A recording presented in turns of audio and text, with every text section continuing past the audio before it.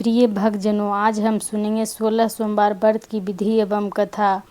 पौराणिक मान्यताओं के अनुसार 16 सोमवार का व्रत रखने का आरंभ सबसे पहले माता पार्वती ने स्वयं किया था और उनकी कड़ी तपस्या और व्रत के शुभ प्रभाव से उन्हें भगवान शिवपति के रूप में प्राप्त हुए थे।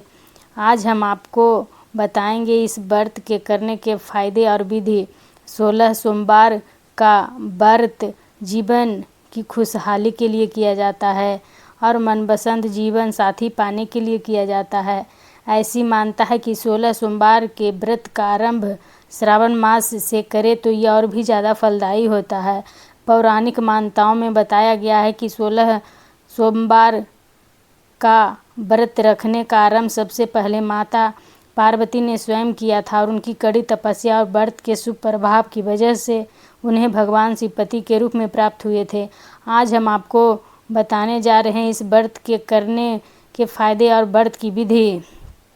16 सोमवार के व्रत की पूजा सामग्री: शिवजी की मूर्ति, भांग, बेलपत्र, जल, धूप, दीप, गंगाजल, धतूरा, इत्र, सफ़ेद चंदन, रोली, अष्टगंध, सफ़ेद वस्त्र, नैवेद्य जिसे आधा सेर गेहूं के आटे को घी में भूनकर गुड़ मिलाकर बना लें। 16 सोमवार तो व्रत करने का संकल्प: किसी भी पूजा या व्रत को आरंभ करने के लिए सर्वप्रथम संकल्प करना चाहिए। व्रत के पहले दिन संकल्प किया जाता है, उसके बाद आप नियमित पूजा और व्रत करें। सबसे पहले हाथ में जल, अक्षत, पान का पत्ता, सुपारी और कुछ सिक्के लेकर संकल्प कर ले। सभी वस्तुएं भगवान शिव की मूर्ति के आगे समर्पित कर दें। 16 सोमवार की व्रत की पूजा की विधि: हाथ में अक्षत तथा फूल लेकर दोनों हाथ जोड़ लें और भगवान शिव का आवाहन करें। हाथ में लिए हुए फूल और अक्षत शिव भगवान को समर्पित करें। सबसे पहले भगवान शिव पर जल चढ़ाएं। जल के बाद सफ़ेद वस्त्र अर्पित करें। सफ़ेद चंदन से भगवान को तिलक लगावें एवं तिलक पर अक्षत लगावें। सफ़ेद पुष्प, धतूरा, बेलपत्र, भांग एवं पुष्पमाला अर्पित करें। अष्टगंध धूप अर्पित कर दीप दिखाएं। भगवान को भोग के रूप में रीति, फल या बेल या नैवेद्य अर्पित करें। 16 सोमवार व्रत की कथा: एक बार शिवजी और माता पार्वती मृत्यु लोक पर घूम रहे थे। घूमते घूमते हुए वृषभ देश के अमरावती नामक नगर में आए। उस नगर में एक सुंदर शिव मंदिर था, इसलिए महादेव जी ने पार्वती जी के साथ वहां रहने लग गए। एक दिन बातों बातों में पार्वती ने शिवजी को चौसर खेलने को कहा। शिवजी राजी हो गए और चौसर खेलने लगे। उस समय मंदिर का पुजारी दैनिक आरती के लिए आया। पार्वती ने पुजारी से पूछा, बताओ हम दोनों में चौसर में कौन जीतेगा। वो पुजारी भगवान शिव का भक्त था और उसके मुंह से तुरंत निकल पड़ा, महादेव जी जीतेंगे। चौसर का खेल खत्म होने पर पार्वती जी जीत गए और शिवजी हार गए।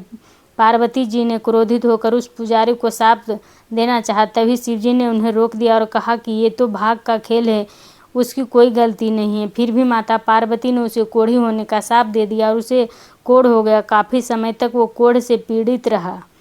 एक दिन एक अप्सरा उस मंदिर में शिवजी की आराधना के लिए आई और उसने उस पुजारी के कोढ़ को देखा। अप्सरा ने उस पुजारी को कोढ़ का कारण पूछा तो उसने सारी घटना उसे सुना दी। अप्सरा ने उस पुजारी को कहा, तुम्हें इस कोढ़ से मुक्ति पाने के लिए 16 सोमवार का व्रत करना चाहिए।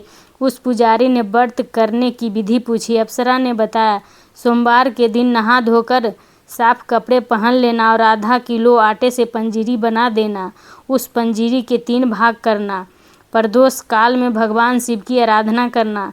इस पंजीरी के 1/3 हिस्से को आरती में आने वाले लोगों को प्रसाद के रूप में देना।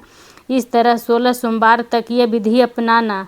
17वें सोमवार को 1/4 गेहूं के आटे से चूरमा बना देना और शिवजी को अर्पित कर लोगों में बांट देना।